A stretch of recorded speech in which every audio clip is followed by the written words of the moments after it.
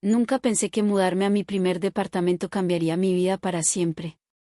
O mejor dicho, que destruiría todo lo que creía saber sobre mi familia, sobre mi pasado, y sobre el hombre del que me había enamorado. Me llamo Sofía. Tengo 25 años, y durante los últimos 10, he vivido con un vacío que nunca logré llenar. Mi hermana Laura murió cuando yo tenía 15 años. Ella tenía 23, toda una vida por delante, llena de sueños y planes. Recuerdo perfectamente ese día. Era un domingo de octubre, uno de esos días grises donde el cielo parece estar de luto antes de que algo malo suceda. Mis papás me lo dijeron en la sala. Mamá no podía parar de llorar, y papá, siempre tan fuerte, tenía los ojos rojos e hinchados. Fue un accidente, dijeron. Se resbaló en las escaleras de su edificio. Golpeó su cabeza y no pudieron hacer nada. Recuerdo que no lloré en ese momento. Creo que mi cerebro simplemente se negó a procesarlo. Laura, mi hermana mayor, mi confidente, la persona que me enseñó a maquillarme y me consolaba cuando los chicos del colegio me rompían el corazón, simplemente ya no estaba. Los siguientes años fueron una nebulosa de terapia, intentos de mis padres por mantener la familia unida, y mi propia lucha por entender cómo seguir adelante. Laura se convirtió en ese tema del que no hablábamos. Sus fotos desaparecieron poco a poco de las paredes, como si mis padres intentaran borrar el dolor borrando su recuerdo. Yo guardé lo que pude, una bufanda suya que aún olía a su perfume, unas cartas que me escribió cuando fui a un campamento de verano, pequeñas cosas que me hacían sentir que todavía estaba cerca. La vida continuó, como siempre lo hace. Terminé el colegio, entré a la universidad a estudiar diseño gráfico, hice nuevos amigos, tuve algunas relaciones que no funcionaron. Y entonces, hace 2 años, conocí a Mateo. Mateo era todo lo que nunca supe que necesitaba.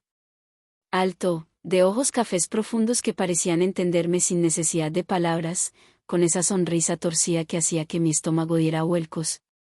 Nos conocimos en una cafetería cerca de mi universidad. Él trabajaba como arquitecto en un estudio importante, y yo estaba terminando mi último año. Chocamos literalmente cuando yo llevaba un café con leche en la mano y él venía distraído mirando su celular. Lo siento tanto, dijo, ayudándome a limpiarme la blusa mientras yo intentaba no hacer un escándalo. Sus manos eran cálidas, seguras. Déjame comprarte otro café. Y quizás también tu blusa. Me reí a pesar del desastre. La blusa sobrevivirá. Pero acepto el café. Nos quedamos hablando 3 horas. Me contó sobre su trabajo, sus sueños de algún día diseñar edificios sustentables que cambiaran la forma en que vivimos. Yo le hablé de mis proyectos, de cómo quería tener mi propio estudio de diseño. Había algo en él, una tristeza escondida detrás de esa sonrisa, que me hacía querer conocerlo más. Como si ambos cargáramos con algo que no podíamos compartir con el resto del mundo. Comenzamos a salir. Al principio fueron citas simples, cine, cenas, caminatas por el parque. Pero rápidamente se volvió algo más intenso. Mateo era atento, cariñoso, me hacía sentir especial de una forma que nadie más había logrado. Me llevaba flores sin razón, recordaba los pequeños detalles que yo mencionaba de pasada, me abrazaba como si temiera que fuera a desaparecer.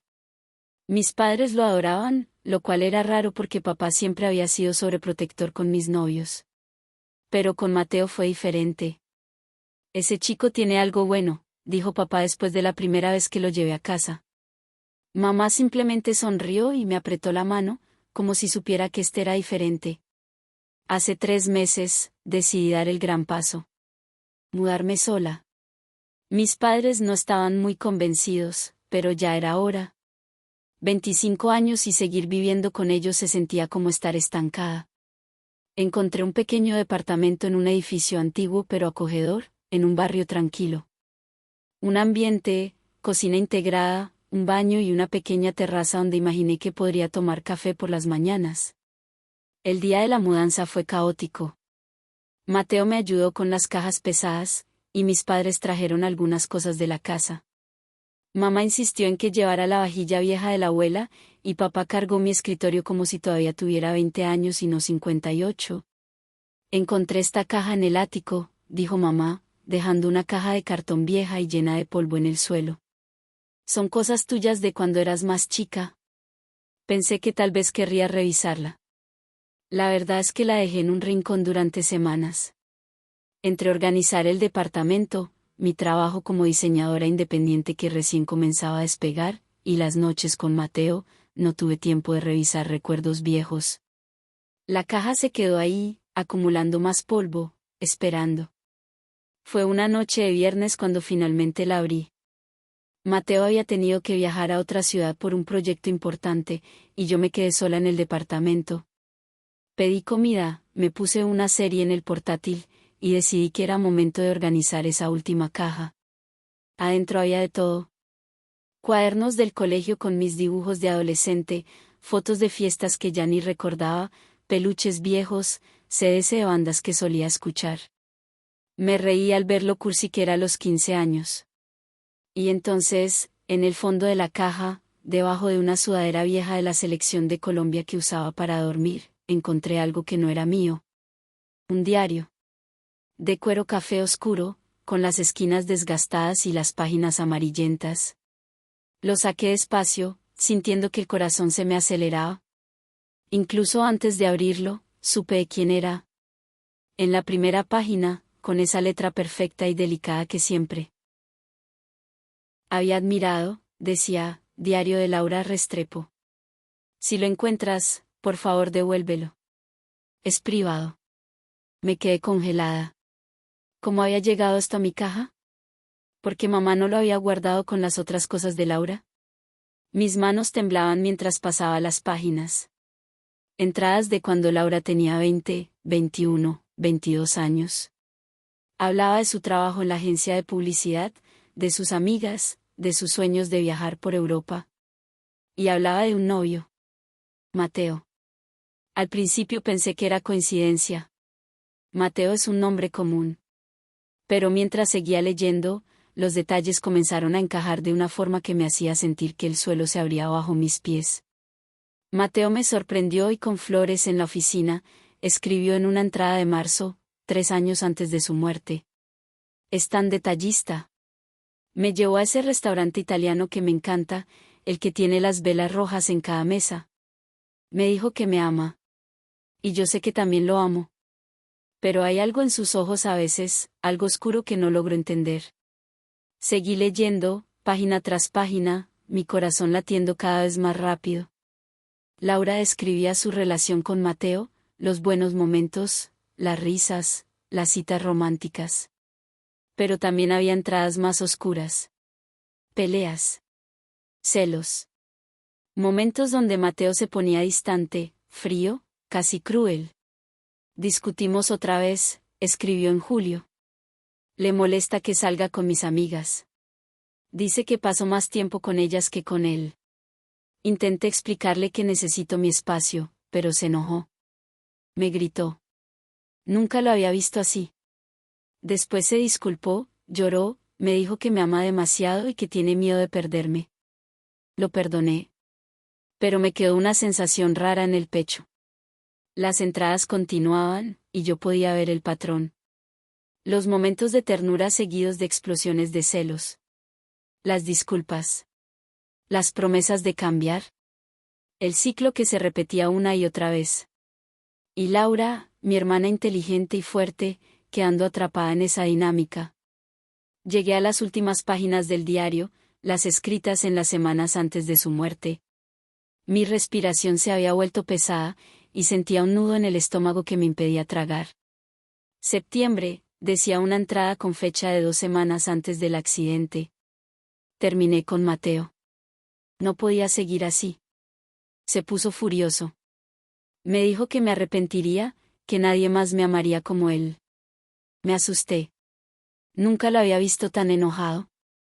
Cambié las cerraduras de mi departamento. Bloqueé su número.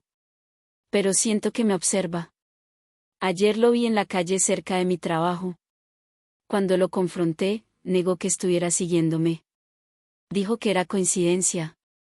La siguiente entrada era aún peor. Octubre, una semana antes. La letra de Laura era temblorosa, como si hubiera escrito con prisa o con miedo. Mateo no me deja en paz. Me llama desde números desconocidos. Me manda mensajes desde cuentas falsas.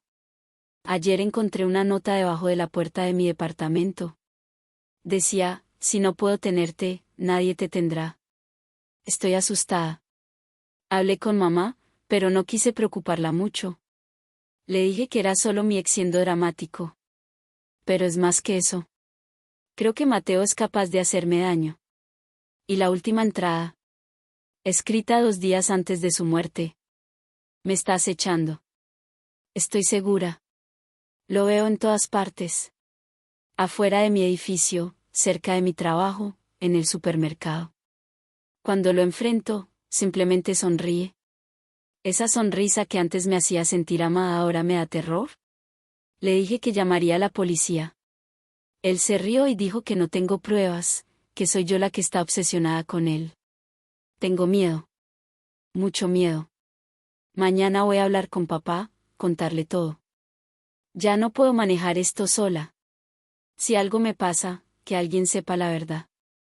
Mateo no es quien dice ser. Y temo que sea capaz de cualquier cosa. Cerré el diario de golpe, sintiendo que iba a vomitar. Mi hermana no murió en un accidente. Lo supe en ese momento, con una certeza que me lava la sangre. Mateo la había matado. El hombre del que me había enamorado, el hombre que dormía en mi cama, el hombre al que le había entregado mi corazón, había matado a mi hermana. Pero había algo aún peor. Algo que mi mente se negaba a procesar. Mateo sabía quién era yo. Tenía que saberlo. Mi apellido es el mismo. Mis padres lo conocieron. ¿Cómo era posible que ellos no lo reconocieran? ¿Cómo era posible que él nunca mencionara que había conocido a Laura? A menos que ellos tampoco supieran que Laura salía con alguien llamado Mateo. Recordé que Laura siempre había sido reservada con su vida privada. Y mis padres, después de su muerte, nunca quisieron hablar de detalles. Tal vez Laura nunca les presentó a Mateo. Tal vez solo yo sabía ahora la verdad. Me levanté del sofá, las piernas me temblaban tanto que apenas podía caminar. Fui al baño y vomité. El café de la mañana, el almuerzo, todo salió mientras yo lloraba y temblaba. Cuando finalmente pude levantarme, me miré al espejo. Mi cara estaba pálida, los ojos rojos. Parecía un fantasma. Volví a la sala y tomé el diario con manos temblorosas. Tenía que hacer algo. Llamar a la policía. Contarle a mis padres. Algo. Pero entonces mi celular vibró. Un mensaje de Mateo. Hola amor.